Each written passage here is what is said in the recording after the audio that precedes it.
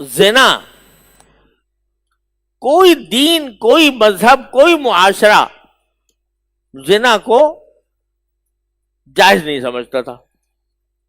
انتہائی گھناؤنا جرم تھا، انتہائی گھناؤنا جرم تھا.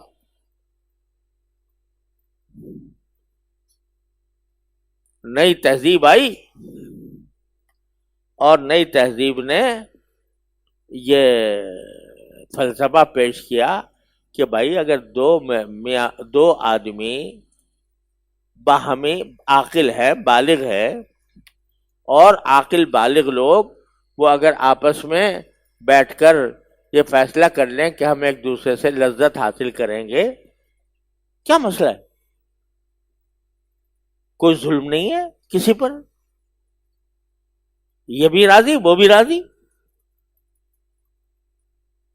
تو جب اگر آپ کوئی مرد کسی عورت سے اگر وہ اس کے ہاتھ سے کھانا کھا سکتا ہے، وہ کھانا اس کو پیش کرے، اس نے کھانا کھا لیا، اس نے پانی دے دیا پانی پی لیا، کوئی شربت دے دیا شربت پی لیا، جب یہ کر سکتا ہے تو پھر جنسی لذت حاصل کرنے میں کیا مسئلہ؟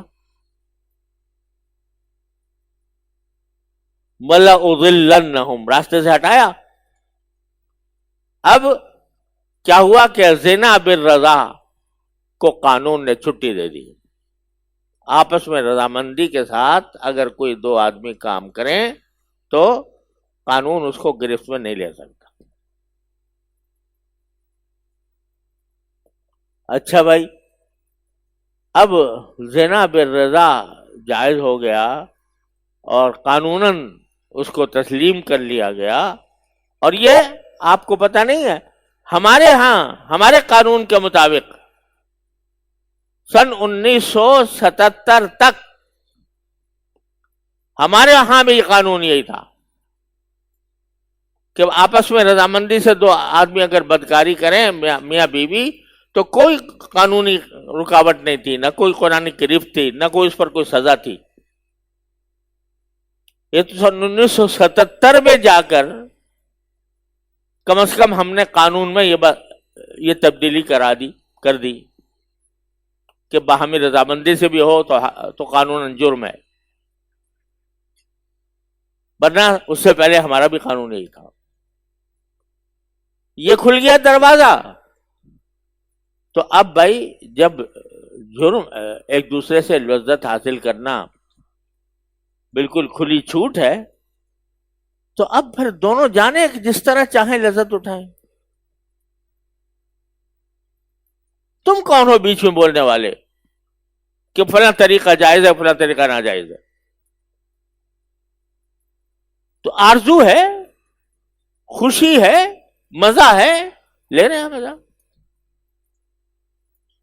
لیتے لیتے لیتے لیتے اس سے بھی طبیعت اکتا گئی. کہاں تک چلے گا آدمی؟ طبیعت اکتا گئی، مزے لیتے لیتے. اب کہو بھائی عورت سے تو مزہ نہیں آئے گا، اب مرد سے کرو. ایک زمانہ تھا جس میں یہ بحث چل رہی تھی، میں اس زمانے میں انگلینڈ میں تھا، بحث چل رہی تھی کہ بھائی یہ مردوں کے ساتھ مردوں کا اور عورتوں کا ساتھ عورتوں کا جو ہے یہ تعلق ان کے ہاں بھی ان کے بھی مذہب میں جو اصل مذہب تھا عیسائی اس میں بھی حرام تھا. تو لیکن بحث چل رہی تھی کہ بھائی کیا وجہ ہے؟ جو عقل جو ہے وہ یہ کہتی ہے کہ جب دو مرد و عورت آپس میں لذت لے سکتے ہیں تو دو مرد کیوں نہیں لے سکتے؟ دو عورتیں آپس میں کیوں نہیں لے سکتی؟ کچھ بحث چلتی رہی مدتوں، آخرکار وہی لَأُمَنِّيَنَّهُمْ کے بعد بَلَآمُرَنَّهُمْ پھر آ گیا کہ آگے حکم دے دیا کہ سب چھوڑو یہ پرانی باتیں، اب کوئی پابندی نہیں ہے، نہ مرد کو عورت سے، نہ مرد کو مرد سے، نہ عورت کو عورت سے، کوئی پابندی نہیں ہے. انسان آزاد ہے، اپنے خواہشات کو جس طرح چاہے پورا کرے. تالیوں کی گونج میں برطانیہ کی پارلیمنٹ نے یہ قانون پاس کر دیا. اب اور آگے بڑھے. شیطان نے کہا یار یہ تو تمہارا عارضی قسم کا تعلق ہو گیا, مرد کا مرد سے, عورت کا عورت سے, اس میں شاید پوری لذت نہ آئے. تو ایسا کرو شادی بھی کرو, مرد مرد سے کرے, عورت عورت سے کرے.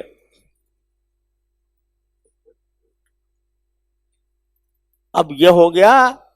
کیا ہوا اس کے بعد کہ اس وقت مغربی دنیا میں اگر کوئی شخص یہ کہے کہ مرد کا مرد سے شادی کرنا, عورت کا عورت سے شادی کرنا یہ بری بات ہے, اس کے خلاف ایک طوفان کھڑا ہو جائے گا. اگر اس کی کوئی تبلیغ کرے وہ جرم ہوگا قانوناً. تعلیمی اداروں کے اندر لازمی ہے کہ بچوں کو یہ تعلیم دی جائے. تو جب ایک مرتبہ خواہشات نفس کا, آرزوؤں کا دروازہ کھلا, لَأُمَنِّيَنَّهُمْ, میں ان کو آرزوئیں دلاؤں گا. جب وہ آرزوئیں دلانے کا دروازہ کھلا تو کسی حد پر جا کر بند نہیں ہوتا,